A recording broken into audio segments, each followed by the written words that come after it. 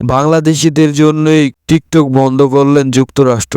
গোপন সূত্রে জানা যায়, বাংলাদেশে টিকটকারদের প্রতিবন্ধী বলে আখ্যা দেওয়াতে তাই টিকটক বন্ধ করার সিদ্ধান্ত নেন দেশটি। যুক্তরাষ্ট্রে নিষিদ্ধ হলো টিকটক। ইতিমধ্যে সরিয়ে নেওয়া হয়েছে অ্যাপল ও গুগল প্লে স্টোর থেকে। ফলে দেশটির 17 কোটি ব্যবহারকারী জনপ্রিয় এই ভিডিও শেয়ারিং অ্যাপটিতে প্রবেশ করতে পারছেন না।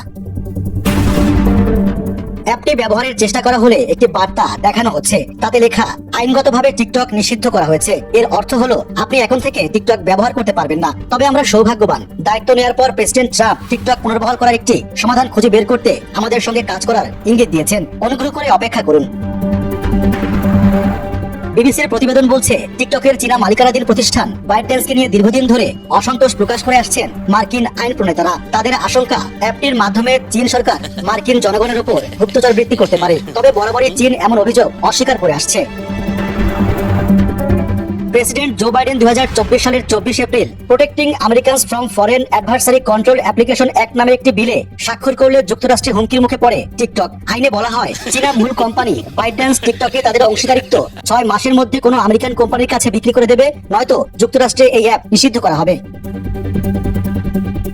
টিকটক ওই আইন আটকাতে 7 মে আদালতে যায়। তাদের আবেদনে বলা হয়, এ ধরনের আইন বাকস্বাধীনতার অধিকারের উপর হস্তক্ষেপ এবং যুক্তরাষ্ট্রের সংবিধানের প্রথম সংশোধনের সঙ্গে সাংঘর্ষিক। এরপর 2 আগস্ট যুক্তরাষ্ট্র সরকার টিকটকের বিরুদ্ধে একটি মামলা করে। সেখানে অভিযোগ করা হয়, চীনা এই কোম্পানি অবৈধভাবে শিশুদের তথ্য সংগ্রহ করছে এবং অভিভাবকরা তাদের সন্তানদের অ্যাকাউন্ট মুছে ফেলার চেষ্টা করলে তাতে সাড়া দিচ্ছে না। এরপর 6 ডিসেম্বর ফেডারেল আপিল আদালত টিকটকের মামলা খারিজ করে দেয়।